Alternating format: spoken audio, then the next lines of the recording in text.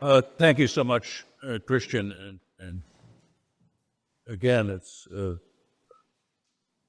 very, very good to be here with you in Hala after 20 years. I hope to return sooner next time.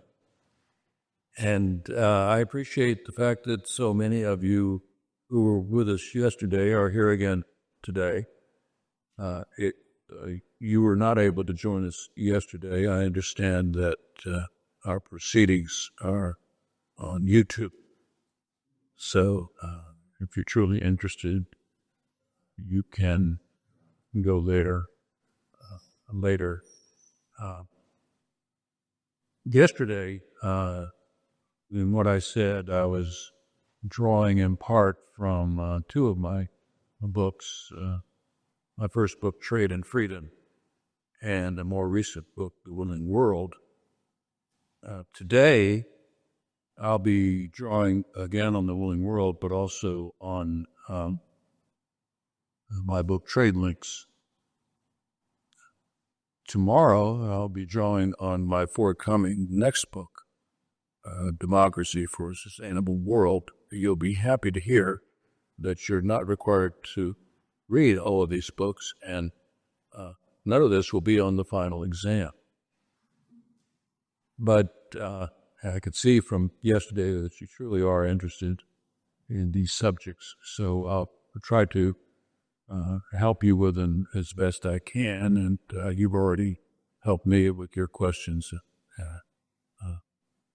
inspiring some further thought on my part about where I might want to go next.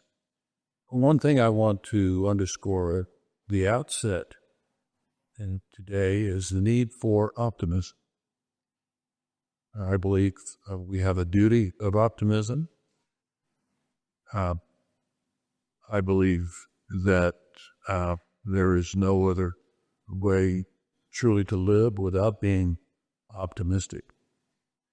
And I continue to be optimistic even in a world where there appear to be accumulating grounds for pessimism. Hence the topic today. We discussed yesterday the growing clash between those who believe in the rule of power and those who believe in the rule of law.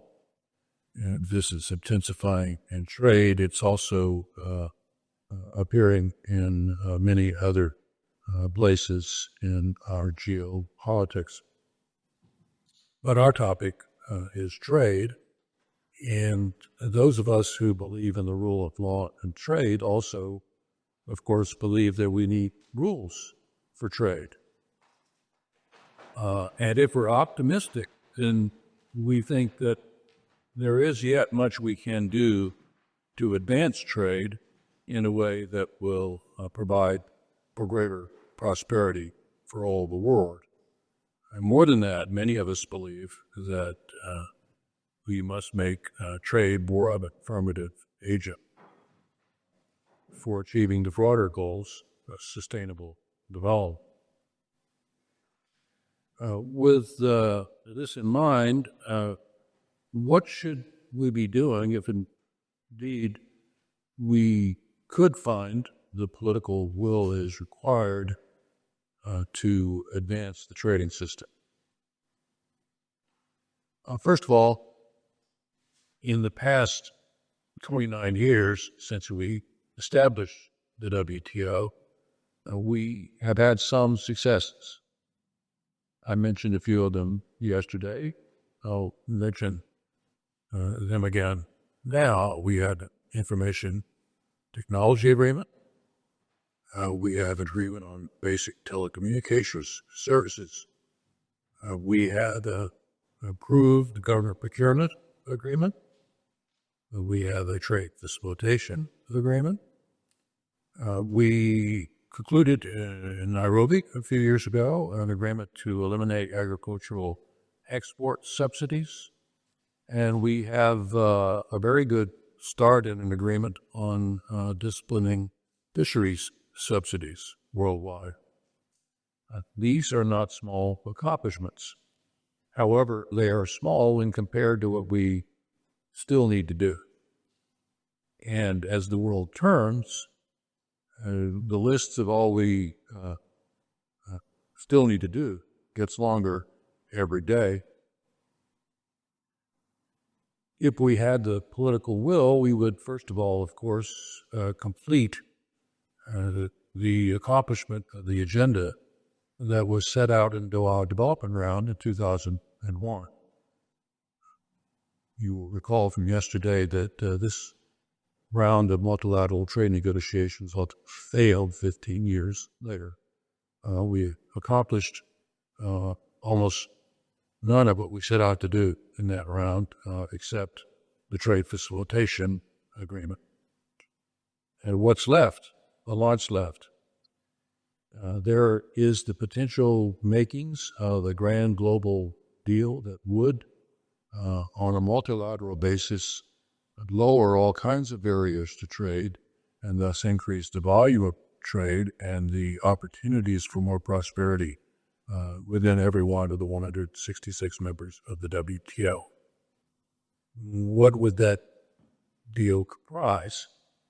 On the one hand, developed countries especially, but all countries, could reduce significantly their agricultural subsidies. I would eliminate them entirely. 30 years ago, I voted against sugar subsidies, even though I was a member of Congress from the state of Florida, the largest sugar-growing state in the United States. I have never supported agricultural subsidies, which distort trade enormously, and which, in most instances, deny to developing countries the comparative advantages they ought to have in agricultural production. So, of course, this would mean that there would have to be cuts in the subsidies in the common agricultural policy, in the agricultural subsidies programs of the United States of America, in Japan, in Norway, in Switzerland, and you may not realize, in China. China now has a vast amount of agricultural subsidies that distort world trade, and that, like the subsidies in the U.S. and the EU and elsewhere, deny to a lot of poor developing countries what should be their rightful opportunities in world trade. There is also the matter of trade remedies. This is entirely politically sensitive in the United States, in the EU, and in some other developed countries. Trade remedies can be appropriate in the circumstances that are described in the relevant WTO agreements. The trade remedies, anti-dumping duties, countervailing duties, safeguards, are all often pernicious in their impact on the trade of developing countries, and unfairly so. In this grand bargain, the developed countries could make concessions on agricultural subsidies and trade remedies in return for concessions on the part of the rest of the membership of the WTO. And these concessions could be in tariffs on manufactured goods, which unfortunately are rising everywhere with the increasing protectionism in the world. A lowering of barriers to trade and services, where developed countries such as the United States and the EU have great comparative advantages. As it is, because in the developed world we've been unwilling to impose upon ourselves the political cost of making concessions on agricultural subsidies and on trade remedies, we have denied to ourselves the opportunities that we would have from lower tariffs on manufactured goods and lowered barriers to trade and services. So the whole world, in the absence of this bargain, is less prosperous. I would add one issue here. Every 2 years, the WTO has an anguished debate over whether to extend a moratorium on taxes on electronic cars. At our most recent ministerial conference in Abu Dhabi, the decision was made to extend this moratorium one more time, but only one more time. Developing countries oppose this moratorium and want to preserve for themselves the right to tax electronic commerce because they have the mistaken impression that this would be in their economic interest and would provide them with an economic advantage. All studies show that they are wrong. What little revenue they might generate from taxing electronic commerce pales in amount to the great benefits that they can derive from not taxing electronic commerce. Yet they have yet to be persuaded of this. And this, as I said, is what might be called the inherited trade agenda of the WTO. These are not new issues.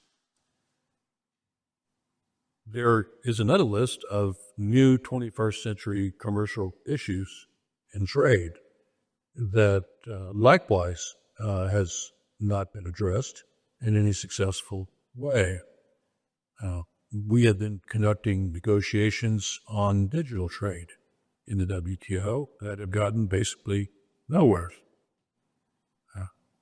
The greatest change in international trade of the past generation since the establishment of the WTO has been the emergence of digital trade. More and more trade every day is conducted digitally.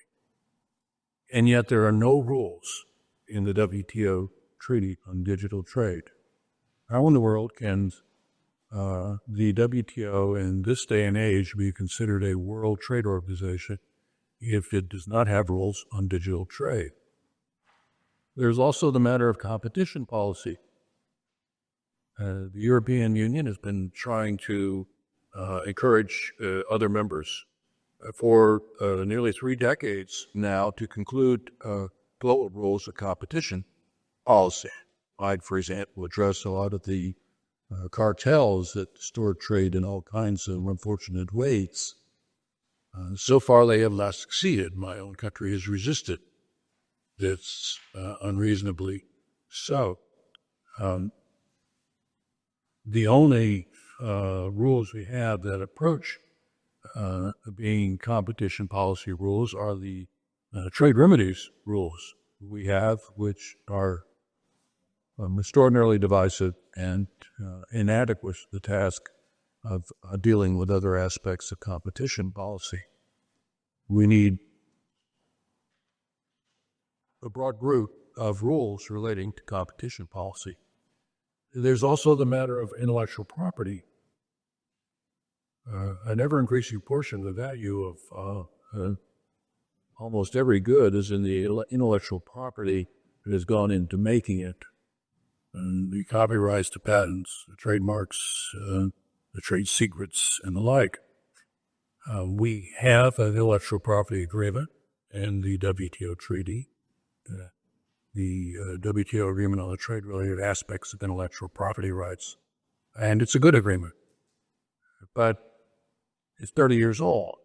There have been new intellectual property agreements that have been negotiated since that time. And these new agreements on the internet and on other topics ought, like the previous IP agreements that were included in the WTO treaty, be incorporated by reference as well. And we're not even trying to do that. There's also the issue of investment. Investment is the flip side of trade, and it's entirely appropriate to have rules on certain aspects of investment in the WTO treaty. We have rules on trade-related investment measures, but they are, at this point, likewise inadequate. With great effort, about 100 countries have concluded a plurilateral agreement on investment facilitation, which is sort of a companion to the trade facilitation agreement in like vein. But other members have blocked, including that investment facilitation agreement in the WTO treaty. That too needs to be done. So we have an inherited trade agenda, and we have an additional agenda with the new commercial issues of the 21st century. But much as we need to conclude all of these agreements on these issues, I think by far the most important unmet task of the World Trade Organization is to reconcile trade with sustainable development. We need to make trade a more affirmative agent for sustainable development. Let me emphasize, it is simply not true that during the time of the WTO, trade has generally stood in the way of sustainable development. If you look at the record of the WTO, if you look at the cases in dispute settlement, if you look at other aspects of the trading system, you will see that it is simply not the case that trade is always automatically trumped the environment or other aspects of sustainable development. But that said, we have not harnessed the trading system to the extent we must do if we are going to truly make it an affirmative agent for sustainable development. I draw your attention to the very first paragraph from the preamble of the Marrakesh Agreement, which established the World Trade Organization, an agreement in 1994 that led to the establishment of the organization in 1995. In that very first paragraph, the countries that established the WTO said that they were doing so with the aim of conducting trade and economic endeavor in accordance with the principle of sustainable development. That's a direct quote. I have been accused of trying to change the original purpose of the WTO by encouraging its transformation into an active institution in pursuit of sustainable development. But that is not so. In urging this, I am simply reiterating the original intent of those of us who created the WTO. I was there, and I know. The WTO was created at around the same time and by many of the same people who were at that time also attending the Earth Summit in Rio in 1992, including the Climate Framework Convention, including the Biodiversity Convention, including the Rio Declaration, and a lot more that advanced our environmental purposes in the world. And it is not surprising at all that these same countries at the same time wanted in the WTO treaty to proclaim their support for sustainable development. So they did. And yet, in the years since, along the way, some have forgotten that this was part of the original purpose of the institution. And I think now it is important for us to remember this original purpose and not be content simply would not standing in the way of sustainable development, but rather do our very best to try to advance sustainable development on every front. And here I should add that it's important as part of this to understand that sustainable development, as I'm sure all of you know, is not simply a matter of environmental protection. In addition to the environmental pillar of sustainable development, there are also the social and economic pillars of sustainable development. All three of these dimensions of sustainable development are reflected in the United Nations Sustainable Development Goals. There are 17 of these goals. The first of them is to eliminate poverty. I'm not sure how this can be done if you don't lower barriers to trade. The second is to eliminate hunger. Again, I'm not sure how you can achieve that goal without making certain that we follow comparative advantage in agricultural trade. There are a number of these goals that are directly related to the environment. Goal 13 is to address climate change, for example. But another aspect of sustainable development is that all three of these dimensions, the social, economic, and environmental dimensions of sustainable development, are all interrelated. They are all connected. And these are what I call, with respect to trade, our trade links, which is the title of my book. And there, I think we need to do a lot more within the WTO to make certain that the trade links are, in fact, linked as they should be with the right interpretations of existing rules and with the revisions that are needed of existing rules and with the negotiation of new rules. What are some of the aspects of that? Well, first of all, I would say that we have to address the links between trade and climate change. And this issue, which was once in the distant future, is now very much upon us.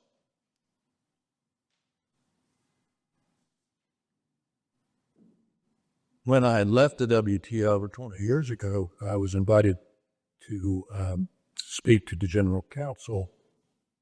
I did, and my topic was what I saw as the coming collision between trade and climate change. And those in the audience told me afterwards that they very much appreciated my service on the appellate body of the WTO, but that I was a bit wrong-headed in thinking that climate change was a trade issue.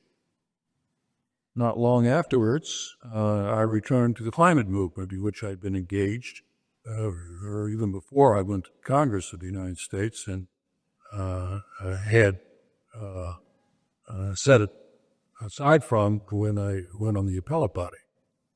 And I spoke in Copenhagen in 2009 and told the climate delegates there that we were approaching a collision between trade and climate change. And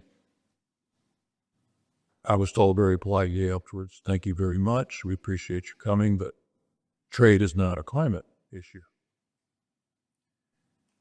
Well, now we know better, but we have yet to see either the climate regime or the trade regime grapple fully with this coming collision, which I think will be very much upon us when the European Union's carbon border adjustment measure takes effect a few months from now.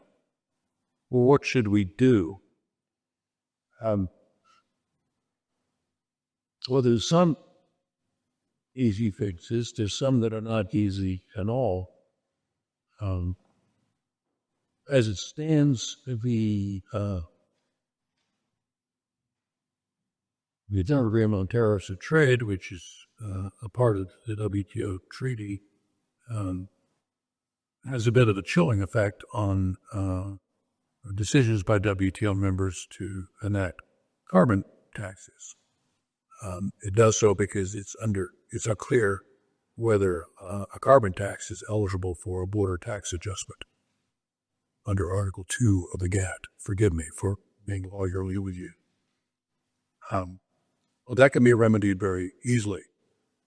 The members of the WTO could adopt a formal legal interpretation under the WTO treaty stating that a carbon tax is indeed an indirect tax on product that is eligible for a border tax adjustment. That would, in one stroke, eliminate that chilling effect.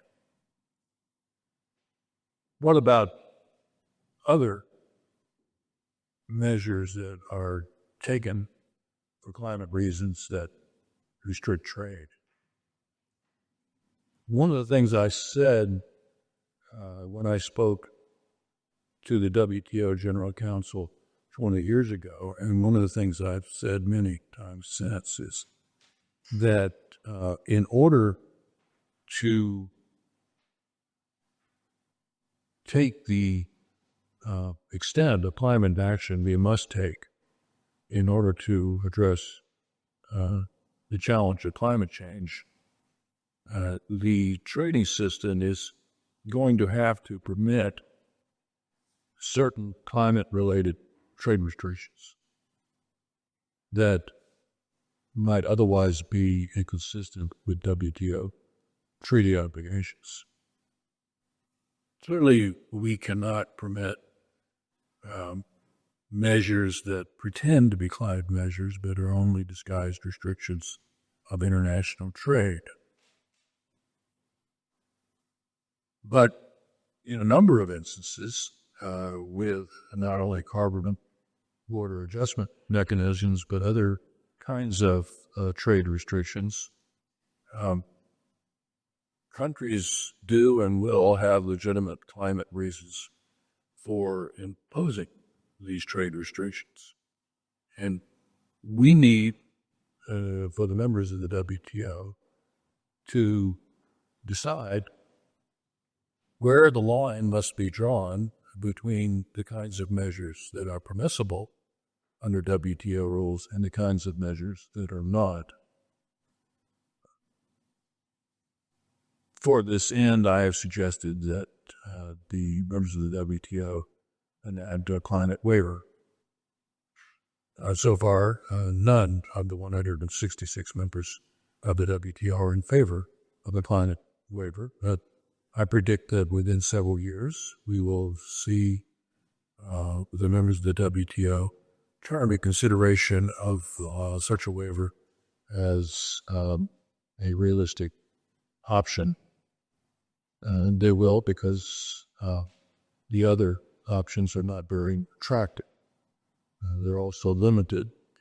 And furthermore, as soon as the EU opposes its carbon border adjustment mechanism, I believe we will be launched on the climate trade war. And that war will only end successfully with the drawing of that line that I've advocated. But climate change is not the only issue on which some lines have to be drawn. Equally significant, I believe, to climate change is the issue of biodiversity loss. We've just seen what was largely a failure in Colombia in the COP of the Convention on Biological Diversity. And clearly the world is not yet prepared to draw that line, just as it doesn't seem to be prepared to provide financing for the poorer countries so that they can mitigate and adjust to climate change or biodiversity loss. My own view is that in addition to the line drawing of a climate waiver, we must also draw other lines and other aspects of environmental preservation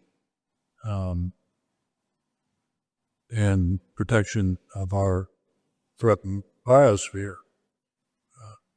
This should be done in biodiversity. It should be done in agriculture. It should be done with respect to the forests. In these cases, perhaps more, I think we need to condition trade on engaging in sustainable practices. Now, this is easy for someone from the richer part of the world to say. And one problem with saying these kinds of things in Europe or the United States, Japan, is that in taking these measures, as justified as they may be, we will be imposing costs on developing countries that they cannot afford. If we are going to impose our will extraterritorially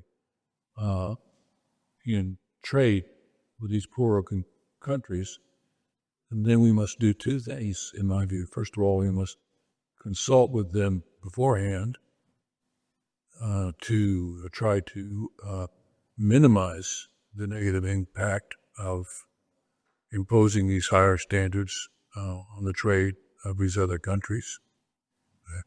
This is one of the things that the EU has not done that I think will not stand the EU well in inevitable dispute settlement over the seaman. That's one thing you must do. The other thing we must do is provide these other countries with the financial wherewithal to do what it is that we want them to do, but they cannot otherwise afford to do. There are going to be considerable administrative costs to these types of trade restrictions arising from our climate convictions. There are going to be a lot of changes in production practices, which will also cost money, and it is neither right nor just to impose these standards on other countries when they don't have the means to fulfill these standards. And it's this point that's been missing in much of the debate in the developed part of the world over these types of environmentally related climate restrictions, which I hasten to emphasize I largely support. But there are other things we should be doing that we're not doing that address other aspects of sustainable development. For example, look at what happened on health issues in the pandemic. Did you know that the average tariff on soap in the world is 17%? Why do we even have the tariff on soap? I'm sure there's some domestic soap producers in European countries or in the United States who can explain that to me, but to me it is utterly unjustified. And we also continue to have trade restrictions that are needless on medicines. We embarrassed ourselves in the developed world with our vaccine nationalism during the pandemic. This was immoral on our part, and also it wasn't very sensible because if you're going to stop the pandemic, the way to do it is to make certain that those who are most vulnerable to it get the vaccines first so they could stop it from spreading. We need a WTO health agreement. This too is part of sustainable development. In addition, what else have we seen in some of the economic dislocations of recent years, first with the pandemic and more recently in the wake of the Russian aggression in Ukraine. We've seen export restrictions on food. Well, this too is a practice that is perverse because it doesn't lead to more food production. It doesn't make it possible for food to be where it's needed. It distorts markets and ultimately raises prices. We need more WTO disciplines on these types of agricultural export restrictions. As I mentioned earlier, we have the beginnings of an agreement to discipline subsidies on fisheries. This is extraordinarily, and for nearly half the people on the planet, billions of people, depend on fish as their primary source of protein every day. And yet, fish stocks are declining dangerously throughout the world. Well, I'm very proud that the WTO has, in fact, concluded a fisheries agreement. It's the first agreement ever concluded by the trading system solely for reasons of sustainability. It's a very good presser. But the agreement itself is not nearly all it needs to be. It doesn't really discipline most of the fisheries subsidies. That needs to be done. And then I would add there's the matter of fossil fuel subsidies. Talk about perversity. Here we are as a planet trying to reduce and we would hope eliminate our reliance on fossil fuels for energy. And at the same time, we're spending trillions of dollars annually to subsidize fossil fuel production. How does that make any sense? It doesn't. It doesn't at all. The last I looked, there are 14 members of the WTO trying to get the rest of the membership to pay attention to this issue and do something about it. In my view, fossil fuel subsidies should be prohibited subsidies under the WTO agreement on subsidies and countervailing measures. Furthermore, we should change that subsidies agreement to make certain that you can countervail subsidies not only when they have economic harms, but when they have environmental harms as well. The good news is that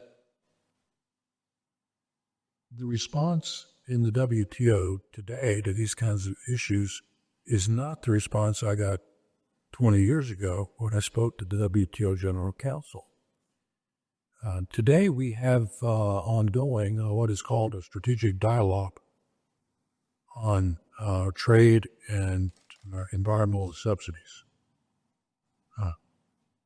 At present, there are 77 members of the WTO, nearly half of the membership of the WTO, engaged in this dialogue. This includes the European Union, it includes the United States, it includes China, and it includes most of what are called the major players in the system. What are they doing? Well, at this point, they're just talking. To their credit, they're also doing a lot of listening. They're entertaining presentations from scientists, environmentalists from all over the world. They're focusing on a specific listed issues. One is environmental goods and services. We have been trying for 20 years and more to eliminate the tariffs on environmental goods. Thus far, we have failed, in part because we continue to have a problem in defining environmental goods. Added to this now is a concern about the need to eliminate barriers to trade in environmental services. Think about it. How in the world can developing countries begin to adjust as they must to the changed world of climate change if they do not have access to environmental goods and services. It makes no sense not to conclude this agreement. And from the perspective of the United States and the European Union, we have comparative advantages in producing a lot of these goods and services. So it makes no sense for us not to make a priority of eliminating trade barriers to these goods and services. But this has not been the high priority it should be. Now we had at least half the membership saying in these dialogue that it needs to be a high priority. Next is the issue of trade-related climate measures. The dialogue, which is this being the WTO, known by the acronym of TESD, is looking at some of the issues that I've discussed about where we might need to draw a line to permit some climate-related trade restrictions while not permitting others.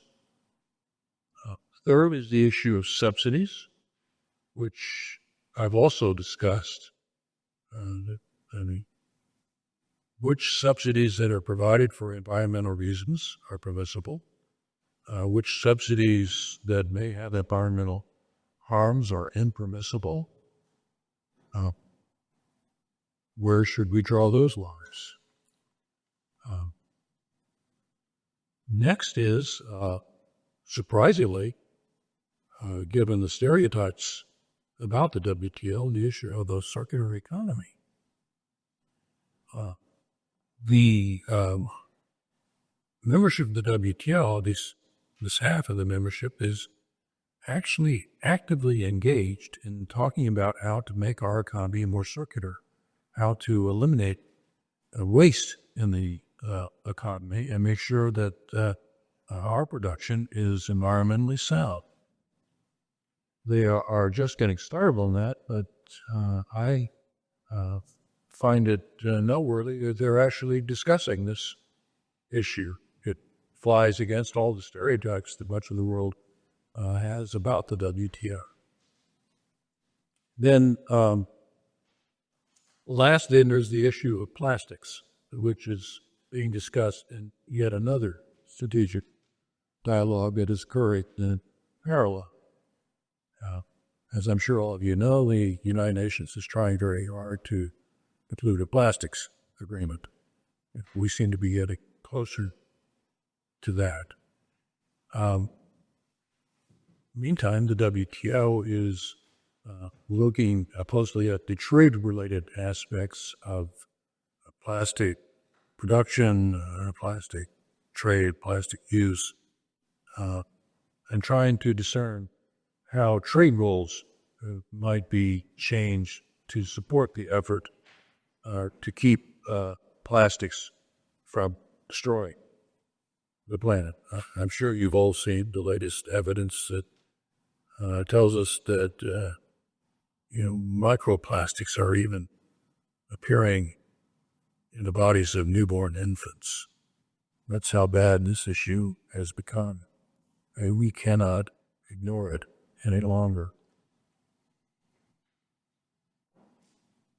The hope is that these discussions, this dialogue, will, over the course of the next year or two, change and evolve into full-blown trade negotiations, which would then result in the conclusion of new trade rules. I'm working alongside many others to try to help make that happen. There is a proposal called the Lars Framework, which I was one of the participants, and which echoes much of what I said in Metro Trade Links in proposing an agenda for making the WTO more affirmative, for sustainable development. But there are obstacles to achieving this.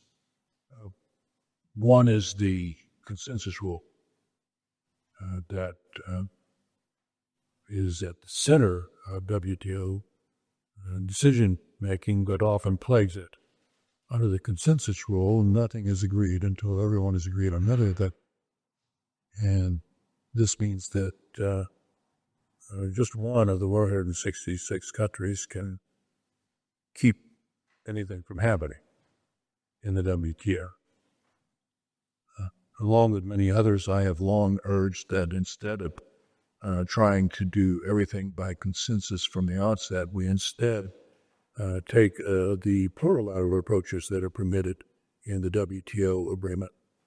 These would be agreements among some but not all WTO members, agreements that could then over time be expanded into fully multilateral agreements that would include all WTO members. The essence of multilateralism includes plurilateralism. Taking plurilateral approaches is simply one way of working toward eventual fully multilateral results. This has long been the case. Many of the agreements that we have multilaterally in the WTO treaty began back in the days of the GATT as GATT codes. When I first went into trade as a young negotiator, it was in the immediate aftermath of the Tokyo round, and we were charged with going around the world to talk other countries into signing these GATT codes that had been negotiated on things like dumping and subsidies and standards. Well, these GATT codes are now fully multilateral agreements, the anti-dumping agreement, the subsidies agreement, and the agreement on technical barriers to trade, from which the standards could evolve. That's one of the challenges we face. So I think it's important for all the members, even those who most ardently support multilateralism, to support plurilateral approaches, something that has not been done, unfortunately, with the investment facilitation agreement. Yes, they are right that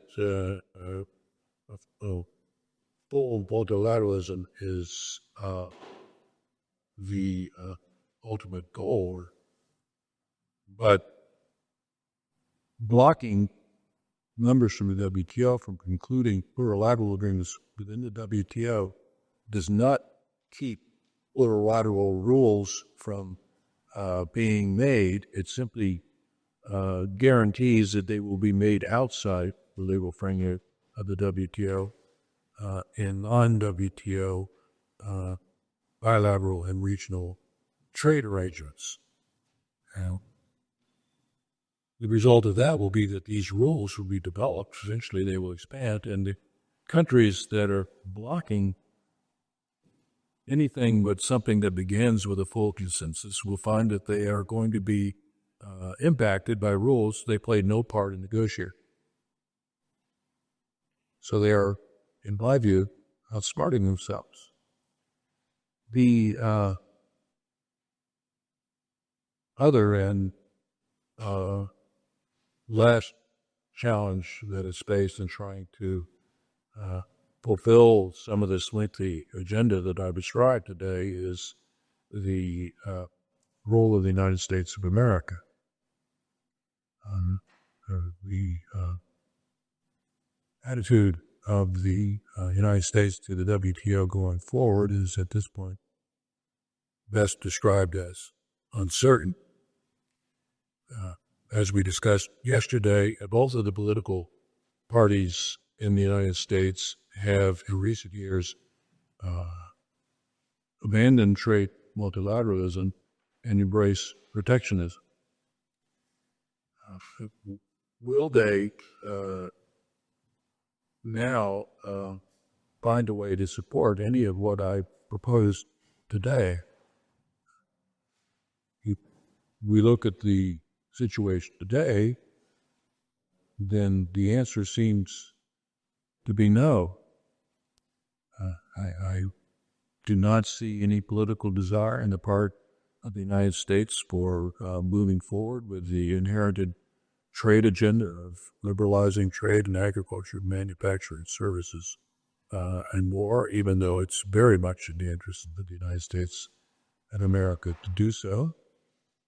I do not see much interest in pursuing the new commercial issues of the 21st century that I've described. One would think the United States would see that its self-interest lies in having good rules on digital trade, competition, policy, investment, and more.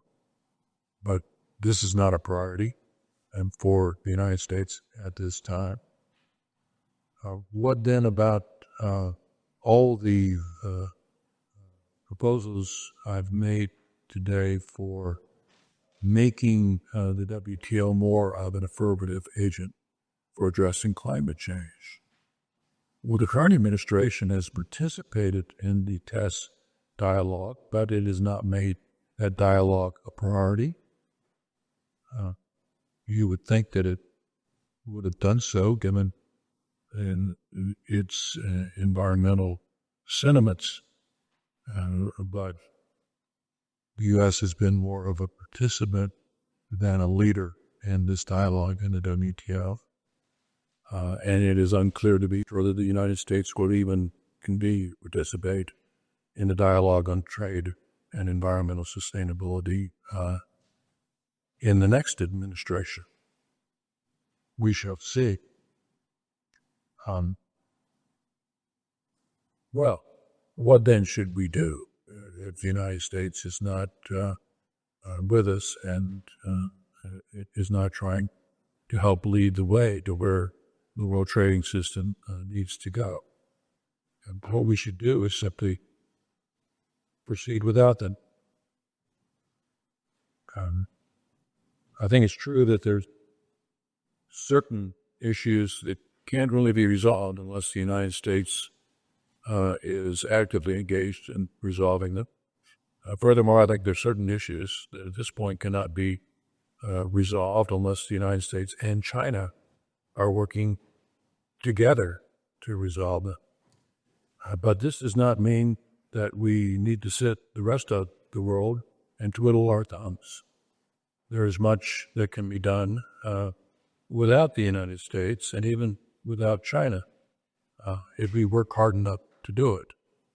And so I say we should proceed on all these fronts as best we can, conclude what agreements plurality we can conclude, and work to the day when the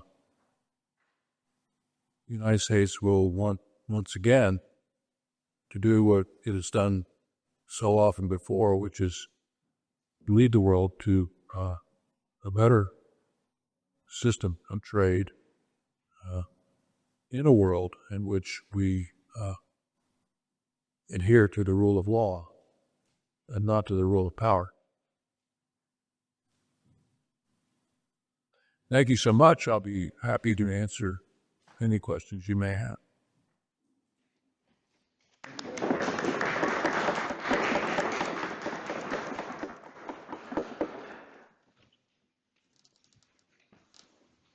Philosophen, maybe I can start with the imagined consensus world, which of course is key with all what you describe.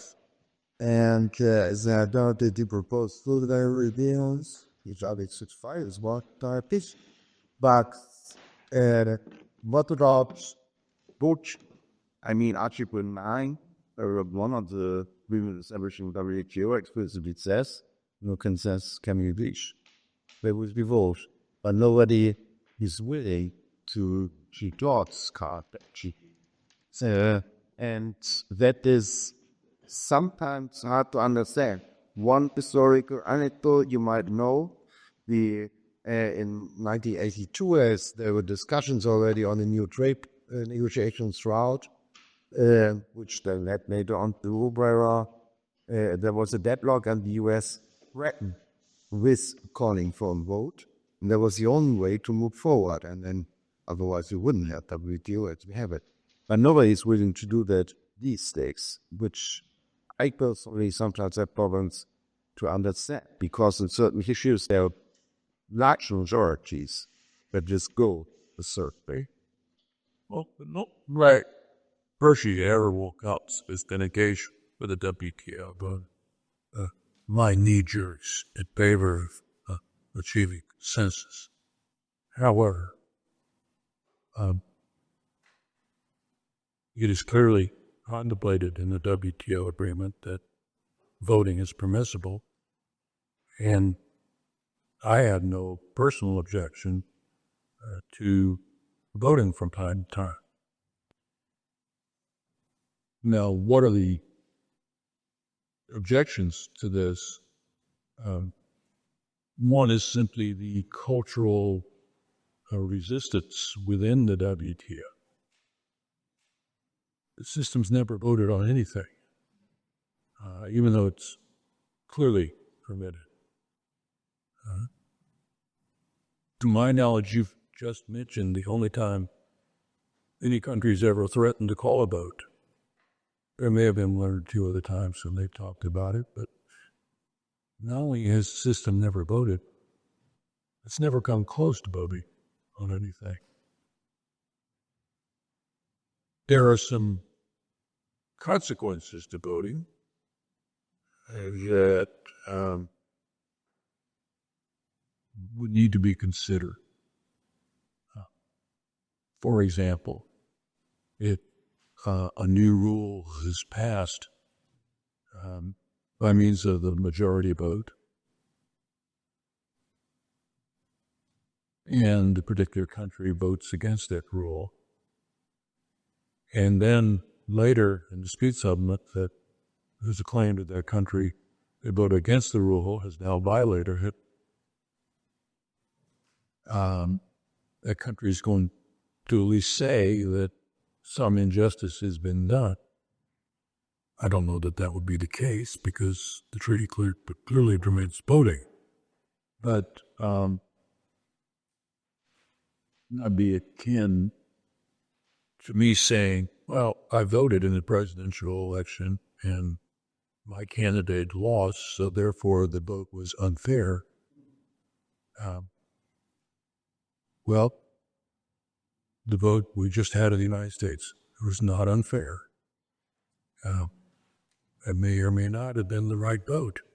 So, but that's part of what democracy is about. And I would say that if an institution has a framework that permits voting, then voting is a legitimate process for use in that institution. I didn't mention it because I think it's so unlikely.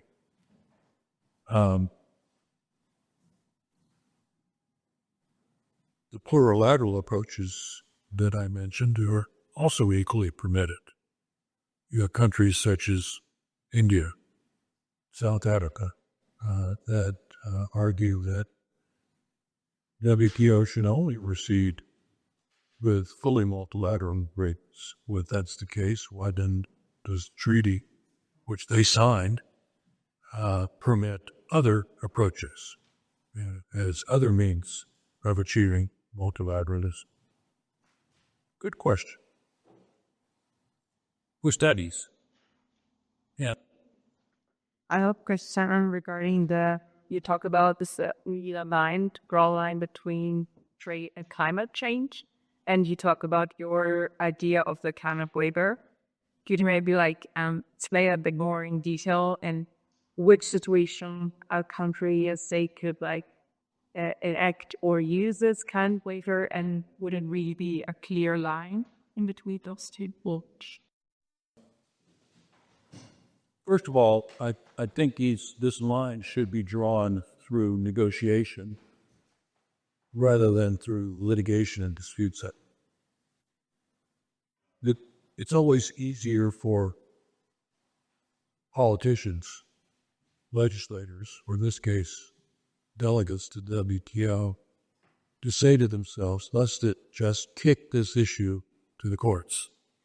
Then we don't have to vote on it. That's true of the Congress of the United States. I think it's true in the European Parliament. It's probably true legislatively in every free country in the world. This does not mean that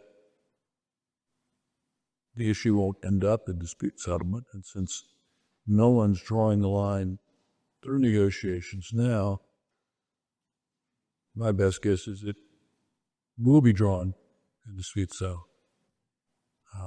And to answer your question, I'll give you an illustration through a brief legal analysis of the pending European carbon border adjustment mechanism as it now stands. This is a classic case of an effort to impose trade restrictions for climate reasons. Is this legal under the WTO agreement? My friends in Brussels say it is, but then they're paid to say that, right? They have some of the smartest trade lawyers in the world. I know. I taught several of them when they were clerks of mine. And they've done their very best to craft a measure that will withstand legal scrutiny in WTO disputes. And let me say that in concept, I agree with this idea of allowing climate-related trade restrictions so long as we draw the line in the right place. So this is not meant as criticism of the EU. I probably should also reiterate what I said earlier, that in doing so, we need to make certain that the developing countries whose trade is affected by it have a voice in terms of due process beforehand, and also provide in some fashion with the financial and technical assistance they may need to have the capacity to comply with these new restrictions. Okay, the legal analysis. You recall yesterday I talked about the most favored nation treatment rule. This is Article 1 of the GATT. Article 1 of the GATT says that if you provide an advantage in any traded product to the imports of one country, you must immediately and unconditionally provide it to the like products that are imported from other countries that are also members of the WTO. Well, clearly, if you pick and choose between different countries based on the supposed carbon content of the products they ship to you, you're going to be discriminating in favor of some countries and against others. So there's a violation right there of Article 1. Also, you recall yesterday that I said that there are schedules of trade concessions that are made where, as a consequence of negotiations, countries promise and they put in writing in their schedules of concessions that particular products they won't charge any more than a particular amount of tariffs. Well, the distinctions that the Europeans plan on making are going to be implemented through the imposition of tariffs. If those tariffs exceed, for any given product, the amount that the Europeans have pledged as a ceiling in their schedule of concessions, that's a violation of Article 2 of the GATT.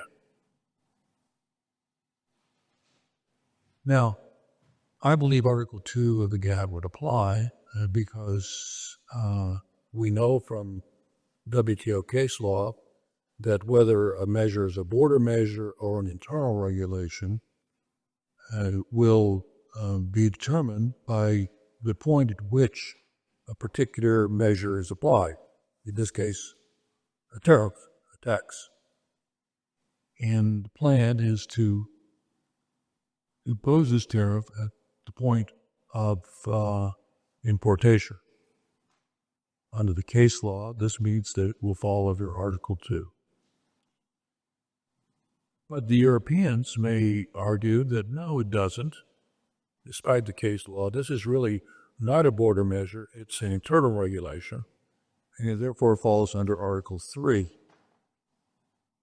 The difference from the European perspective is that there is a quantitative limit under Article 2 by virtue of the schedules of concessions.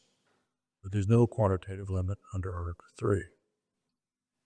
In my view, even if the Europeans succeed in convincing a WTO panel that this would be something that would fall under Article 3 rather than Article 2, they're still going to lose under Article 3. Why? Because in my view, there would be a violation of the national treatment obligation. If you recall from yesterday, the national treatment obligation is an obligation not to favor domestic over foreign producers of like imported products.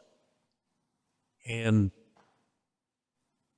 what does the European Union do in its emissions trading system?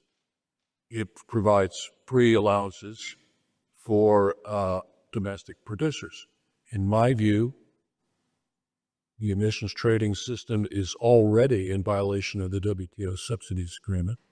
It's just a case that no one has brought a case against the European Union on this measure. And I know that in Brussels, they're trying to phase out these free allowances. They're simply getting a lot of opposition to doing so from domestic industry. If there is even any one iota of free allowances in this measure, then it's a violation of Article 3 because it will deny to the like imported products an equal competitive opportunity in the European marketplace. So we got violations of Article 1, probably Article 2, and the alternative, Article 3. I could maybe find a few more. Where does this leave the European Union in defending this measure in WTO disputes? It leaves the European Union in Article 20. The general exceptions. In here, there is a two-step process. First, you need to prove that the Europeans would have the burden of proof here. You need to prove that the measure is of kind that's potentially eligible for a general exception. You need to prove that it falls under one of the subparagraphs in Article 20. Having proven that, though, you're not free, not just yet. You still have to prove, secondly, that this measure has been applied in an appropriate way, that it has not been applied in a manner that constitutes arbitrary or unjustifiable discrimination in countries where the same conditions prevail or is a disguised restriction on international trade. All right, that's Article 20 in a nutshell. I was quoting a combination of Article 20 and our case law on it. So, potentially eligible on the first step of this process are Article 20B and 20G. 20B says that there's a general exception for measures that are necessary for health. Well, there's case law of what necessary means, and basically, to be necessary, there cannot be a reasonable alternative that's available to the country applying the measure. The problem to the Europeans is that in this case there is a reasonably alternative measure is carbon tax. And the fact is, neither the Europeans nor the Americans have had the political courage to enact a carbon tax. I will say in my defense that I voted for a carbon tax in 1993 when I was in the Congress. And I will also concede that the Europeans are closer than the Americans are to doing so because of the Europeans have an emissions trading system, a cap and trade system. However,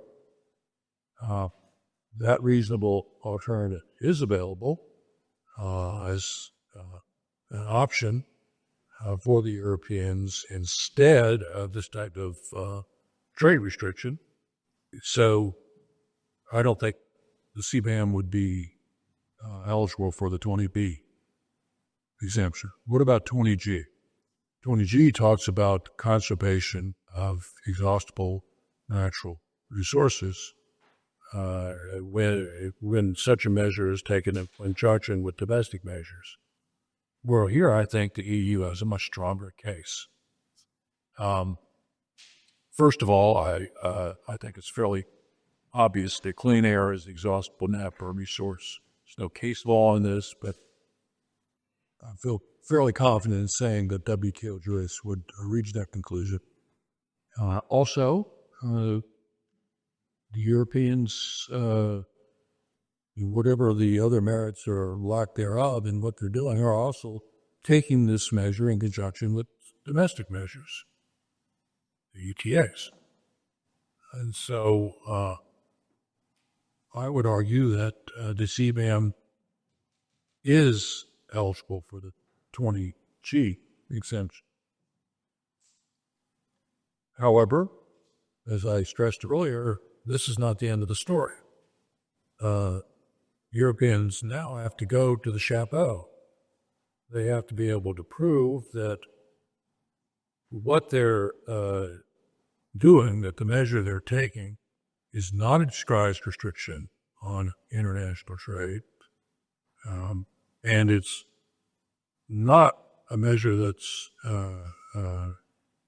applied in a way that results in arbitrary or unjustifiable discrimination in countries where the same conditions prevail. Well, on the issue of it being an undisguised restriction on international trade, what about those free allowances? What about the added importation costs? By the way, that probably results in an Article 11 violation, too. We want to add another violation to the list, these administrative costs for having to impose this measure. Well,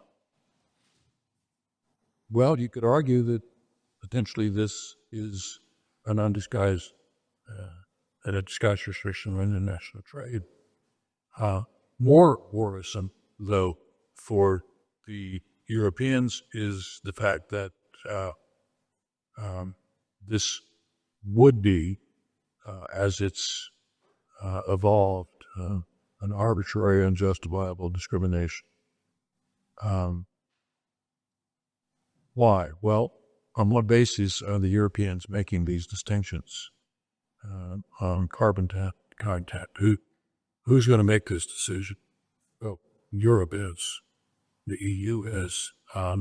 What basis are they going to be used? They're going to use one of their choosing. It may be the other countries and other places or institutions have different ways of calculating carbon content.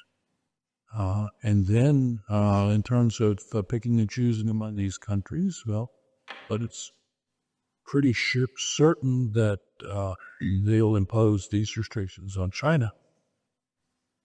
Read the latest news. It's also highly unlikely they would impose these restrictions on their trade with the United States. That's not helpful to the EU geopolitically. But where's the basis in favoring the United States over China on these issues? Just like Europe, China has an emissions trading system.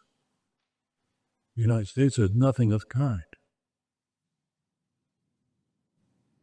We might argue that the Chinese have been more attentive to dealing with carbon emissions than has the United States if we look at governmental actions alone. And, of course, that's the subject of disputes on governmental actions to take the form of measures. Measures taken by a member. And then recall what I said about due process. I was on a Zoom call some months back with a number of other so-called trade experts, in which we were speaking with some of the European officials who were involved in crafting and implementing the CBAM. And I asked one of them, I said, well, what are you doing about consulting beforehand with the countries that will be affected by this measure? And his answer was, and I quote him, we're explaining to them what we're going to do. There is an opinion that my colleagues and I wrote in 1998 in something called the Sharp Turtle dispute, in which the United States lost in the first iteration of the case, primarily because they had simply imposed a measure on their trading partners without consulting with them beforehand about other potential ways in which the United States might be able to achieve its perfectly legitimate environmental goals. It merely imposed its will.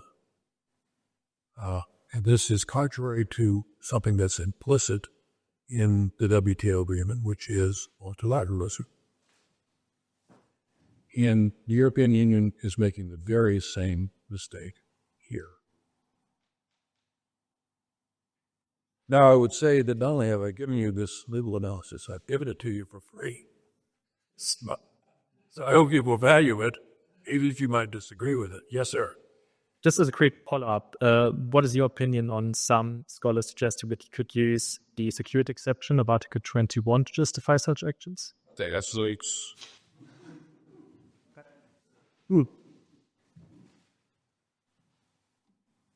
Yes. As we call it, the another way of legal analysis. And we also have from Moody's Mir, which basically every year review the questions of PPNs in the likeness test of year 1 and of year 3 of class. I wonder, is it time now, as a church made to waiver, to include PPMs in the likeness for the tenants? And well, let me stop there. BPMs are included. If you look at the definition of a technical regulation in the TBT agreement, really includes process and production methods for those who may be watching that don't know what a PPM is. And I mentioned the shrimp turtle case. What is that measure but a non-product related PPM that ultimately was upheld by the adult part? But probably only product related. So that is over. That has long since been resolved. It's great for a lot of law review articles in the 1990s, but it's no longer Product related PPM, just a good question. If you're not product related. Well, that's what the turtle measure was. It was non-product related. Which is good. I would say it was product related. No, I would. The issue was the use of turtle excluder devices. That wasn't related to product. Product was tuning. I'm sorry, shrimp. Shrimp. That was another case. But tuned it off, not one in the 1980s. But the more recent one was another instance where you had the environment consideration prevail. It's simply not the case that environment's lost all the cases in WTO. For the most part, the environmental side is on almost all the cases in the WTO. When it hasn't won, it's been for a procedure or other reasons. The next. Yes. Using that understanding of product-related PPMs, for example, how are they? Well, I could be wrong, but I've judged more international trade disputes than anyone else in the world. Yeah, and I wrote several of those opinions. I'm not willing to challenge you here, but I'm wondering, how are these products then alike rather than not alike? Or this is not like this. See, a lot of the literature on this is focused on trying to change the likeness standard. And that's a slippery slope. The better way to deal with this, and what the case law that I write says, is not to deal with these issues within the definition of like products, but to deal with them within the context of Article 20. Because if you start distinguishing likeness on the basis of how things are made and determining whether there's a violation or not, then where do you stop? Yeah. Did the workers have a minimum wage? Did the agricultural workers get a sufficient break to sit in the shade rather than work in the sun? And on and on and on.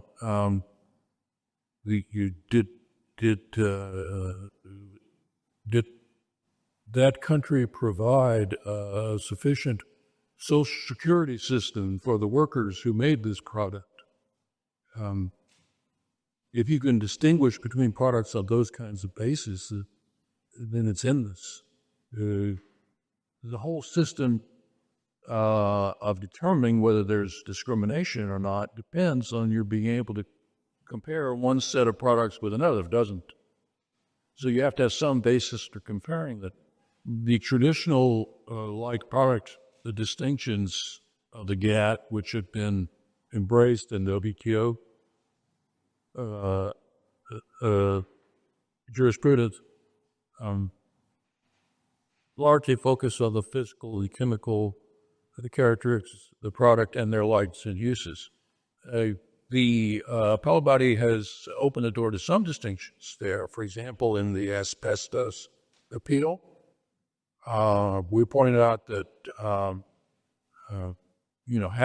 consumer habits and preferences can vary from one country to another. But I think that's the only door that's been opened there. And my own view is that it would be a terrible mistake to start making like product distinctions on the basis of PPMs. However, the system permits those distinctions by providing exceptions in certain cases that are set out in Article 20, so long as such measures are applied in an even-handed way. That's where the case law of the past quarter of a century has taken us. That's a very loaded question you asked. I've got a question from the beginning about the agriculture. So you said that you would advocate to get less subsidies on agriculture and therefore having more free trade. But I might see a few problems in there if non-local producers get into, for example, if non-local producers, so from foreign producers get into, for example, our market, for example, to get milk or flour, sugar shipped across the globe just because it's cheaper than to produce it locally, or having people that want to have local products, but it will be just too expensive to produce it because all of the farmers just can't compete with the foreign producers. And lastly, wouldn't it be a good idea to have like a strategic local production in agriculture in case of a crisis, pandemics, wars, if the trade routes would? Can I ask you a question, or no, no, no, and no? Now, on your last question about stockpiles, I think most countries have basic stockpiles of basic commodities. We do in the United States. And I imagine you do in Europe. But that can be problematic in terms of trade. The huge issue in the trading system in recent years has been the stockpiles of India. And to what extent are these legitimate stockpiles against drought, famine, and to what extent are they actually implicit subsidies of local production? And what happens to these things that are stockpiled? Do they end up being stockpiled? Do they end up going into the global marketplace? This is an issue in which the United States and EU are on one side and India is on another.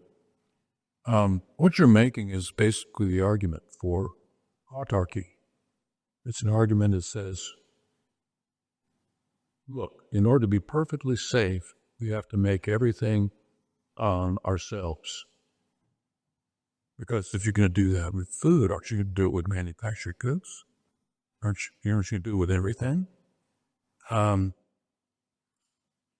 We've learned during COVID that you can rely too much on sole suppliers, and you can rely too much on extended supply chains.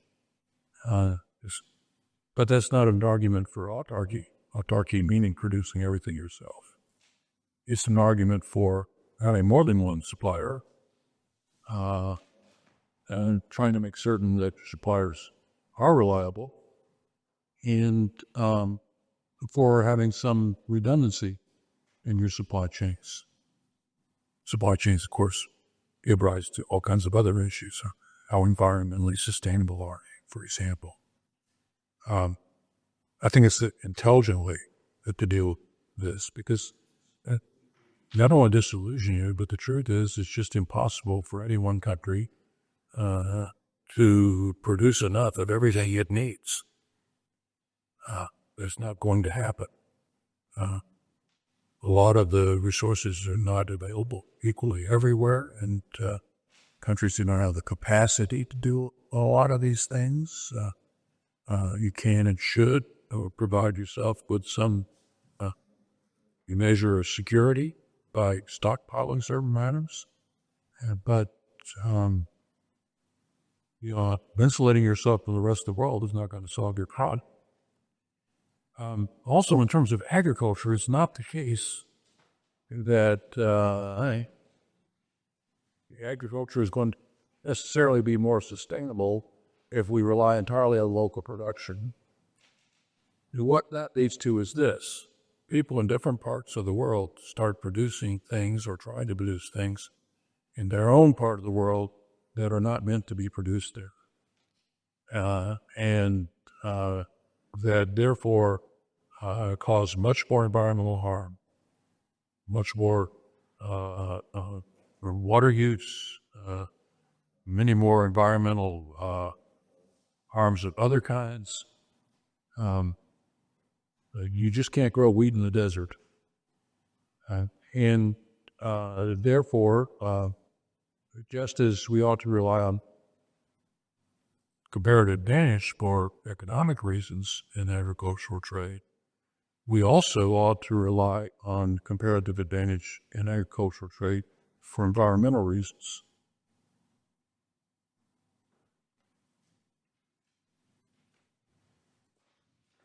Yes.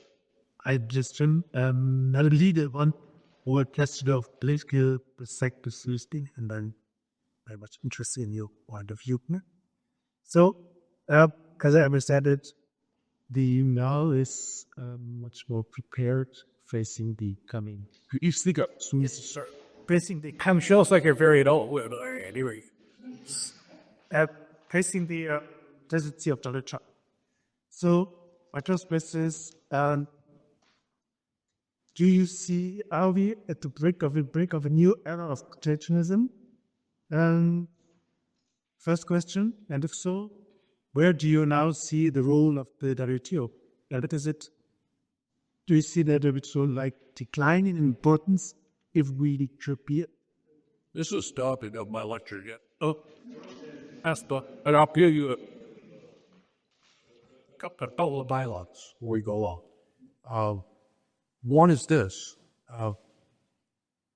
Unfortunately, in the United States, it's not the fact that we have one party that is in favor of protectionism and trade and a second party that is not. What we have are two parties that are in favor of protectionism. And the policies of the current administration are very similar in economic impact to the policies of the previous administration, which will now become the next administration. There's very little difference in our trade policies. There's a difference in the rhetoric that surrounds them. Perhaps one party is more polite about it than the other. I'll leave you to decide which you wish. But basically, the tariffs that were put in place 6 and 7 and 8 years ago have remained in place the past 4 years. If we could believe what we've been told in the presidential campaign, we'll now see a lot more of additional tariffs. But we don't know that yet. Is that really the plan? Is that a negotiating tactic used to secure leverage to lower tariffs? We don't know. In terms of the WTO, we also don't know, which is another point I made yesterday. There are basically two possibilities with respect to the WTO and the United States position toward going forward. One is that the position will remain more or less the same as it has been in recent years. Ignoring WTO rules when it suits the United States to do so, using them when they feel it's to their advantage to do so. In other words, the rule of power rather than the rule of law. The other possibility is a complete withdrawal from the WTO, which would have enormous negative consequences for the United States. We don't know which path will be chosen. Thank you. Certainly. Yes. So today you spoke a lot about the discussions and negotiations that are going on current topics at the moment at the WTO forum. And I'm interested in your opinion on what is being done and if it's enough to hear the voices of the developing countries, because we've seen in the past, for example, with the COVID-19 IP waiver, that their positions just, didn't come across and were overlooked.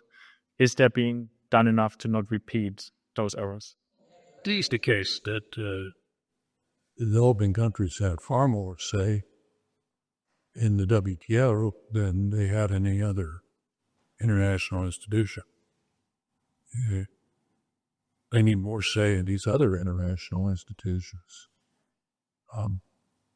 But for several decades now, the developing countries have had a majority of the WTO membership. Under the consensus rule, any one of them can veto anything the rest of the membership wants to do. They have an equal seat at the table. Now, they're not equal to global trade. And China, which is continuing to claim it's a developing country, is nevertheless in an entirely different category economically from almost every other country that claims to be developing. And as we mentioned with respect to agricultural subsidies, now committing the same sense as other wealthier countries in the world and discriminating against the agricultural trade of the poorer parts of the world. I'm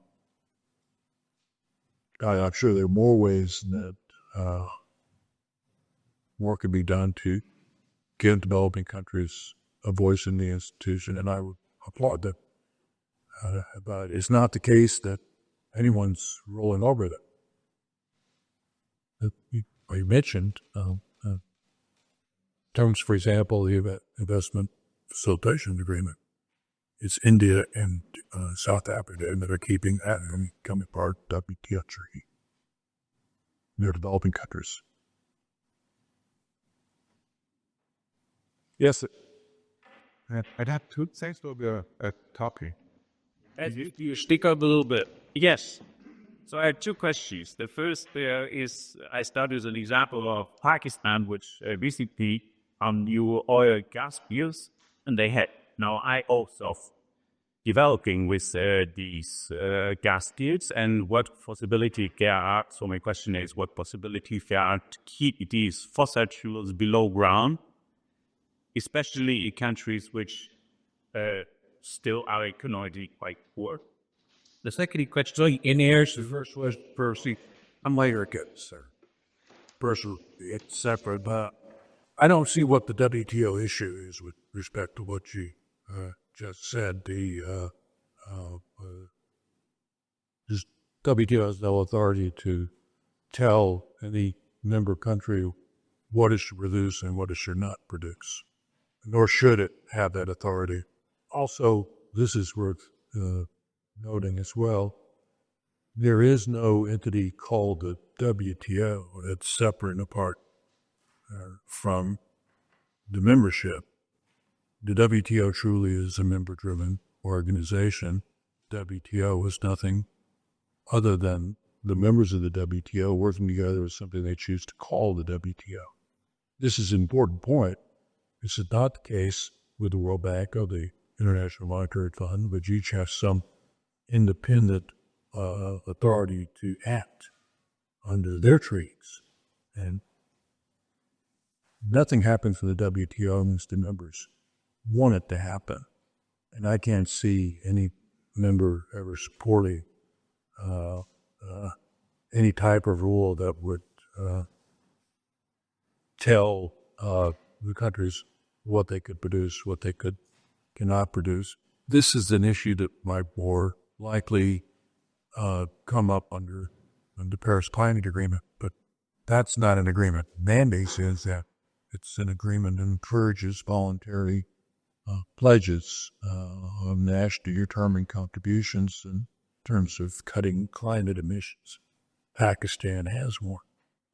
So to the extent there is a legal question now would be whether these plans by Pakistan would prevent Pakistan from fulfilling its nationally determined contribution as a member of the Paris Climate Agreement. But one of the problems with the Paris Climate Agreement is that there's no Spitzen system. It's basically a name chain kind of system when countries don't live up to their promises that they've made in their NDCs. One of the ironies of this is that since 166 of the 194 members of Paris Climate Agreement are also members of the WTO, and when they take a climate measure that affects trade, it will fall under the jurisdiction of the WTO. So WTO jurists, in fact, become climate judges as well in trade treaties.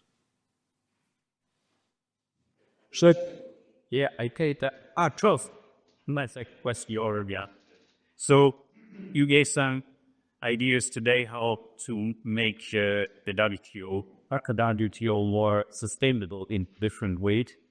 And concerning climate change again, what about the speed of change in the WTO and climate change sticky point? So do you see any possibilities to speed up the changes that are happening or not happening yet?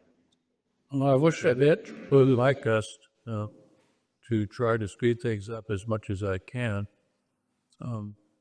We are very close to some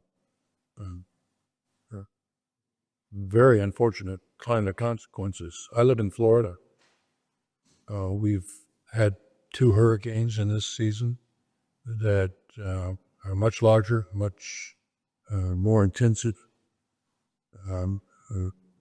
much longer lasting, and much more perilous and dangerous than we had in Florida a few decades ago. This is because of the warming of the oceans due to climate change. And this is just one of thousands of examples that we could all point to of how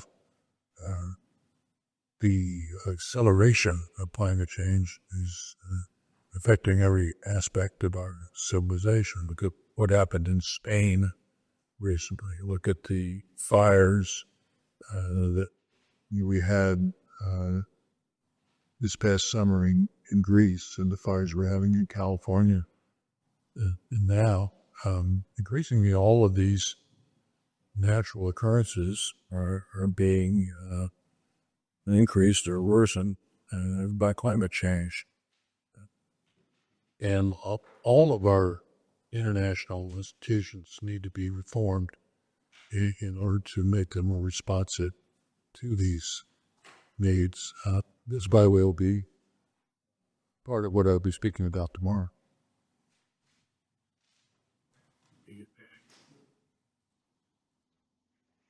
Yeah.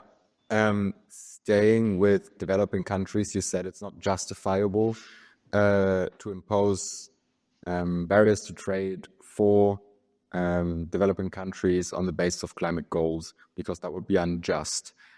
I think I... Well, I didn't say that, but I said it would be unjust if you oppose those measures on those countries without getting them to be compliant. Okay, that makes a lot more sense. Thank you. That is what I said. I believe I said it several times. Yes, my question was relating to... I also said in hindsight that I really support these actions. Yes, my question was relating to the idea that the moment we stop using or reduce our use of fossil fuels, they become cheaper on the global market. How do we make sure that they are not then used by developing countries to increase the wealth they justifiably want to build without using a system that's going to... Yeah, right now, environmental harm is an externality of the use of fossil fuels, meaning it's not included in the price of fuels. Purpose of carbon tax would be to make certain that the price of that environmental harm is included in the price of the product. On the global scale, the global context. Well, in concept, I agree with the Director General of the WTO. Ideally, we should have a global carbon tax. I don't think we're going to have one in the next month or two. And so in the absence of that, we must first of all make it clear to all members of the WTO that yes, you can have a carbon tax, and it will be eligible for a border tax adjustment and won't violate your WTO obligations. And then second, more nation states need to enact carbon taxes, and then they need to begin to work together to try to blend them together. Some of that is starting to happen with a few of them. The last I looked, we have about somewhere between 50 and 60 countries that have carbon taxation, and we have some others that have cap and trade systems. So it's not like this isn't happening at all. It's happening. It's just not happening nearly as much as it should, or as your colleague mentioned, nearly as fast as it should.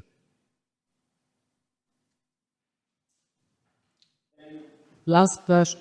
So usually comes the next, unfortunately, yes, please. Good, then I think it's a good question to Annie, because you ended your presentation with saying that there's a lot that can be done without the US and without consensus by the US and China. I'm guessing that's through the plurilateral agreements. Yes. In your opinion, where do they start? What's the first thing that should be done? Well, European Union is to describe already doing a lot of things it should be doing. I gave you a long analysis that included the CBAM will likely lose the WTI dispute settle. But I also said in concept on figure of those types of trade restrictive climate measures, so long as they're applied immediately, and so long as the those who are affected by those measures are also providing with the wherewithal in terms of money and the technical expertise to comply with.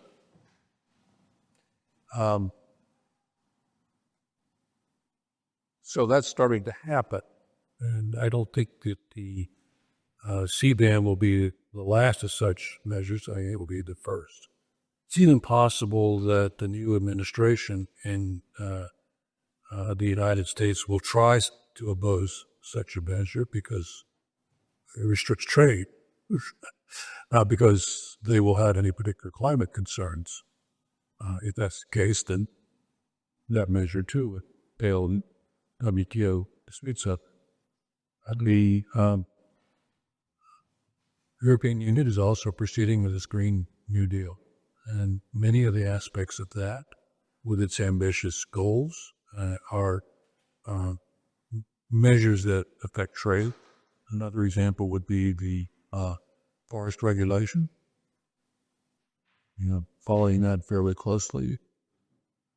The EU is trying to decide right now, do we go ahead and implement it now, or do we postpone that per year? Do we change it? I know there's an eternal debate in the EU about that. Some of the same considerations I mentioned with respect to the CBAM would apply dispute settlement over the forest regulations' impact on other countries.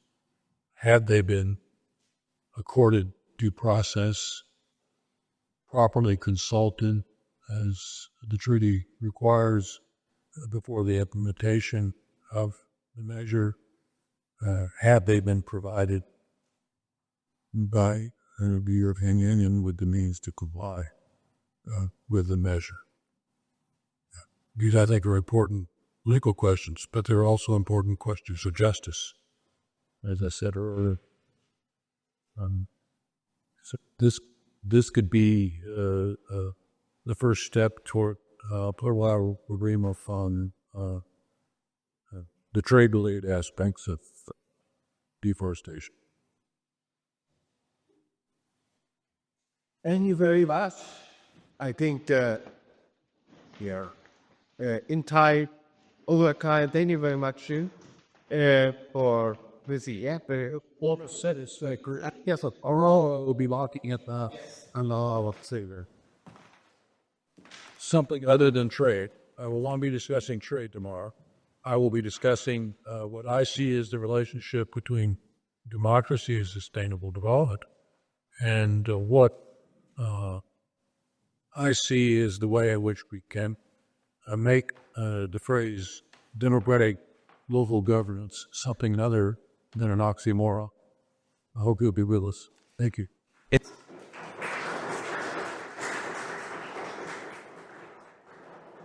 Even though that